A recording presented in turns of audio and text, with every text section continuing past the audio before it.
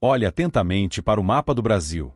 Se você quiser entrar em um carro agora mesmo e dirigir até qualquer uma das 27 capitais do país, você consegue. Menos em uma. Existe um estado brasileiro, com o tamanho de um país europeu, que está completamente isolado do resto da nossa malha rodoviária. Para o restante do Brasil, ele funciona praticamente como uma ilha. Se você tentar chegar lá de carro, a estrada simplesmente desaparece no meio da floresta. Porque em pleno século XXI, o Amapá continua isolado por terra do resto do Brasil? E qual é o verdadeiro preço que a população paga por esse esquecimento geográfico? O que você vai descobrir agora é a história de um isolamento planejado e o paradoxo de um Estado que faz fronteira com a União Europeia, mas não consegue se conectar com seu próprio país. O paradoxo geográfico. Para entender o nó cego do Amapá, nós precisamos olhar para a linha do Equador. O estado está posicionado em uma das áreas mais estratégicas e, ao mesmo tempo, mais impenetráveis do planeta. Ao norte, ele faz fronteira com a Guiana Francesa, um território ultramar da França. Ou seja, o Brasil faz fronteira direta com a Europa bem ali. Mas, enquanto existe uma ponte bilionária ligando o Amapá ao território francês, não existe sequer uma estrada asfaltada que o ligue ao vizinho Pará ou ao restante do mapa brasileiro. Se um morador de Macapá decidir viajar de carro até Belém ou Brasília, ele simplesmente não pode. A única forma de sair dali com um veículo é colocando ele em uma balsa e enfrentando uma viagem lenta de quase 30 horas pelos rios da Amazônia. A outra opção é o avião. Mas você sabe o que acontece quando uma região depende exclusivamente do transporte aéreo e hidroviário. As passagens e o custo de vida disparam. O contestado do Amapá e a cobiça internacional. Mas para compreender por que o Amapá foi deixado de lado, nós precisamos voltar no tempo. A história deste pedaço de terra é marcada por invasões, disputas e uma quase perda de território para a Europa. No final do século XIX, esta região era conhecida como o Contestado. Uma gigantesca área que tanto o Brasil quanto a França afirmavam possuir. Para os franceses, as riquezas minerais e o acesso à foz do rio Amazonas eram estratégicos demais para serem deixados com os brasileiros.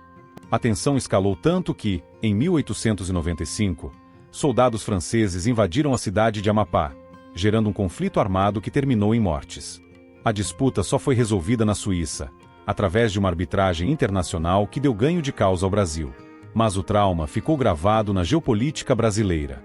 O governo central percebeu que aquela fronteira era vulnerável, perigosa e distante demais.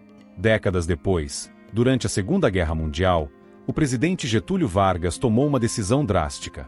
Em 1943, ele desmembrou a região do Pará e criou o território federal do Amapá. O motivo? Segurança nacional. Aquela terra precisava ser vigiada de perto diretamente pelo presidente da República. Inclusive, os Estados Unidos construíram uma base aérea secreta em Amapá para caçar submarinos alemães no Atlântico. O Amapá era o escudo do Brasil. Mas, ironicamente, assim que a guerra acabou, o foco do governo voltou para o sul, e o jovem território começou a ser lentamente esquecido. A promessa fantasma da BR-156.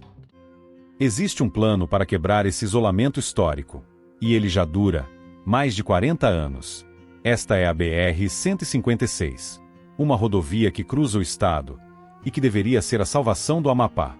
O plano original era simples: conectar o extremo norte, na fronteira com a Guiana, até o sul do estado, cruzando o rio Amazonas de balsa para encontrar o resto do Brasil. Mas se você olhar as imagens de satélite hoje, vai ver um cenário de caos. Décadas se passaram, bilhões de reais foram investidos, e um trecho crucial da rodovia continua sendo uma estrada de terra pura. No inverno amazônico, esse trecho vira um mar de lama intransitável. Caminhões com alimentos, ambulâncias e ônibus ficam atolados por dias. E por que nunca terminam o asfalto? A resposta oficial sempre esbarra em duas frentes: a complexidade extrema de engenharia em solo amazônico e as rigorosas, mas necessárias, licenças ambientais, já que a estrada corta reservas indígenas e áreas de preservação ambiental intocadas. Mas para os especialistas em geopolítica, o motivo vai além. O isolamento do Amapá, de certa forma, atende a interesses econômicos locais que lucram alto com o monopólio do transporte de cargas pelos rios e portos. Se o asfalto chegar, os caminhões quebram esse monopólio. O preço do isolamento e o drama do apagão. Viver em um estado isolado gera consequências que o restante do Brasil nem imagina. No Amapá, quase tudo que se consome precisa vir de fora.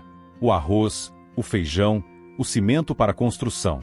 Como tudo chega de barco ou avião, o preço nas prateleiras dos supermercados é inflacionado. Mas o pior cenário desse isolamento não é o preço da comida. É a vulnerabilidade da infraestrutura.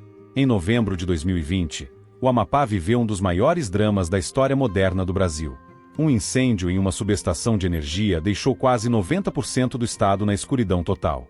Foram 22 dias de caos. Sem energia, as bombas de água pararam. Sem água e sem luz, os alimentos estragaram nos supermercados. Os hospitais operaram no limite com geradores. As pessoas faziam filas quilométricas para comprar gelo ou para conseguir um sinal de celular. Por que o sofrimento demorou tanto para acabar? Porque o Amapá não tinha uma linha de transmissão reserva conectada de forma robusta ao restante do país. Enviar equipamentos pesados de substituição para um estado sem estradas, no meio da Amazônia, levou dias preciosos. O apagão de 2020 foi o lembrete mais doloroso de que o isolamento cobra o seu preço em vidas e em dignidade. A ponte para o nada. E o paradoxo fica ainda mais bizarro quando olhamos para a fronteira ao norte. A ponte sobre o rio Oiapoque, que custou milhões de reais e liga o Amapá à Guiana Francesa, ficou pronta em 2011, mas passou 6 anos totalmente fechada, virando uma ponte para lugar nenhum, por pura burocracia internacional entre Brasília e Paris.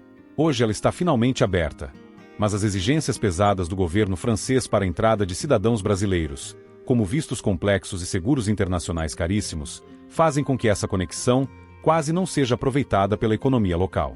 O Amapá está preso em uma armadilha geográfica e diplomática, bloqueado pela burocracia europeia ao norte e pela falta de infraestrutura brasileira ao sul.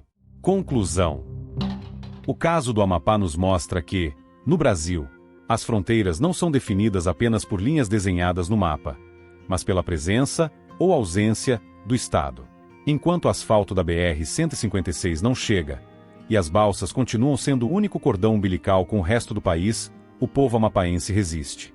Um estado rico em recursos, com uma das posições mais invejáveis do globo, mas que o próprio Brasil optou por deixar isolado. Se você gosta de investigar esses segredos ocultos do nosso mapa, saiba que o isolamento da Amazônia esconde mistérios ainda maiores. Na verdade, o Amapá não foi o único lugar que o poder central esqueceu. Anos antes, o homem mais rico do mundo tentou desafiar a floresta e construiu um império industrial bilionário no meio do nada, que acabou abandonado. Eu preparei um documentário completo sobre os bastidores da Fordlândia, o maior fracasso industrial da história do Brasil. Ele está aparecendo agora mesmo na sua tela. Clique aqui e descubra o que aconteceu quando Henry Ford tentou dominar a Amazônia.